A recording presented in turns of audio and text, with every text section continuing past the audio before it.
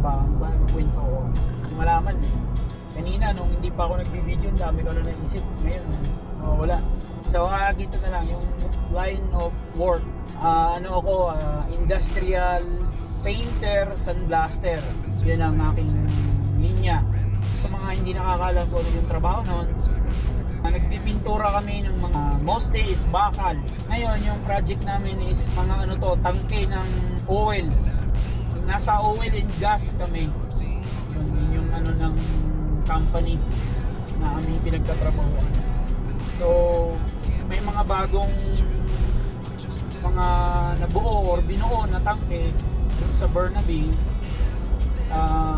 Yung company namin yung nakakuha ng project para pinturahan yung mga yun. So kami yung gumagawa nun.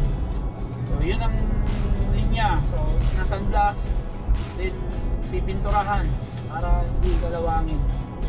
Yun yung siguro description ng trabaho. Kung itatanong niyo kung mahirap ba yung trabaho o hindi, madali ba o hindi, medyo mahirap. Siya, mabigat. Hindi kabigatan yung trabaho kasi yung sandblasting, mabigat yung linya, yung hose, tapos malakas yung pressure nun, nasa 120 PSI yung lakas ng hangin tumadaloy dun sa hose na yun. So may kabigatan, yun pa, matataas yung tangke. So aakyatin mo yun, may mga tangke doon na ang taas ay 96 steps. Yun yung aakyatin mo, bababain araw-araw. Kaya hindi ganun kadali yung trabaho kung ikukumpara sa mga trabaho sa shop. Tapos yan pa, expose ka sa environment sa sa summer, mainit. Ngayon naman na winter, ang ginagawa namin yung nasa loob ng tangke, yung internal, kasi hindi makapagtrabaho ngayon sa labas. So yun, kahit papano hindi kami aakyat ng ganun kataas na hagdanan, kasi nasa loob lang ng tangke yung trabaho. So yun yung pinaka describe ko sa inyo na linya ng aking trabaho. Dati yung trabaho ko talaga is sa loob lang ng shop, sa manufacturing.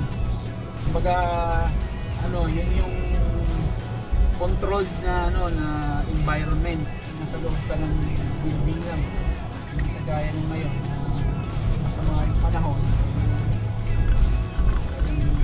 Pag umuulan, uulan ka sa labas, sobrang tinis ng araw, hindi talaga. Pero okay naman din. Kung itatanong ninyo kaya ba, kung hindi naman mapili sa trabaho, kayang-kaya. Kung kaya namin, kakayanin din ng iba. Ano pa ba? So yun, sigurado mayroong mag-iisip bakit ka lumipat dyan sa trabaho na yan. Yung trabaho ko dati, mas madali. Yung dahilan talaga dito is yung kinikita. So hindi naman din talaga kami magsasacrifice ng malayo sa pamilya, medyo mahirap yung trabaho. Kung yung sweldo kagaya din lang doon sa malapit sa amin. So yun talaga yun, bottom line yun talaga, real talk. Yun, pera, yun yung pinaka dahilan. Kahit papano mas malaki yung sweldo dito. Yun nga lang yung risk naman dito sa trabaho na to, sa oil industry. Gawa nung yung oil nga is up and down. Yun ang problema. Kagaya nga nasabi ko kanina, mahigit isang buwan kami na standby. Gawa nung nature nung trabaho na hindi ka makapagtrabaho sa labas kapag ganitong panahon.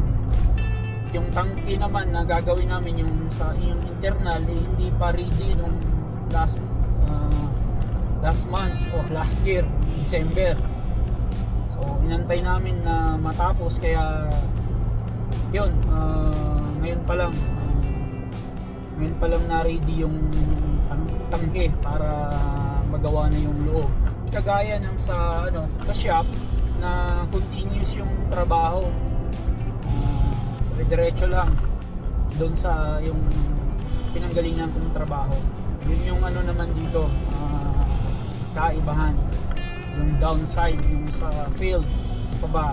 Ayun, kung nandito kayo nasa Canada, especially dito sa Western Canada, Saskatchewan, Alberta, mostly dito yung mga field job. Yun, kung yung sabi ko kung nandito ka na sa Canada at iisip ka ng ibang trades, maraming mapagpipilian actually. So madaming trades na maganda yung magiging sahuran. Pag trades, yun yung isa talaga sa dito. Kung gusto mong gumanda yung kita mo, marami na rin ako nakakausap, yun yung pinaka nila suggestion, mag-trades ka. So ano ba yung mga yon? So isa na doon yung yung painting, yung sandblasting, yung welding, yan, electrician or electrical, plumbing, carpentry, ano pa ba, yung sa sa construction industry, yun, construction industry. So madami yun doon, carpentry, mga finisher, yan, mga ganyan, yung concrete finisher, mga ganong klaseng trabaho. So madaming ang trades na pwedeng pagpipilian. Maraming options kung gusto niyo mag-trades. Paano makapasok doon? Usually nasa mga yan, yung bawa, nasa manufacturing ka, sa company ka na, may mga company na willing silang magturo ng mga bagong employee or mga employee, kasalukuyang empleyado ka na, willing kang matuto doon sa ibang linya. Yun, may mga ganon, may mga company na nagbibigay ng apprenticeship doon sa mga trades na yun, let's say electrical or plumbing or welding. May mga company na ganon. Ngayon kung wala naman, may mga dito, wala ka naman, yung company mo walang ganon, alam ko mayroong mga yung government, bawat province, para mag-aral ka or training ka sa mga ganong klaseng trades. Alamin nyo lang sa mga nasang probinsya kayo, nyo lang sa inyong yung provincial government, kung yung mga program nila. Kahit sino siguro pwedeng matuto dito. Magsisimula lang sa sa mababa. Simula ka talaga dun sa ground zero. Yan, tiyagaan lang, yun yung kailangan. Alright guys, leave a comment below yung tanong or kayong sabihin. Yan, comment below. Siyempre, huwag niyong kalimutan huwag niyo naman kalimutan mag-subscribe kung hindi pa kayo subscriber dito sa channel na ko. Please subscribe. Like niyo na rin, tsaka share para madagdagan yung subscriber. Tulungan niyo ako ma-reach yung 1,000. Tagal na ng channel na to, hindi man lang umabot pa ng 1,000. Hindi pa din monetize. Pero hindi naman talaga yun yung natin. Kumbaga goal. Hindi kumbaga yung para doon lang talaga. Kaya nga hindi ako nakakagawa ng mga content na kung ano-ano kasi naman talaga yun yung habol. Pero kung umabot man tayo doon, maraming salamat. Yun, like na lang, pa-share, comment, tsaka yan nga, kung hindi pa subscriber, pa-subscribe na.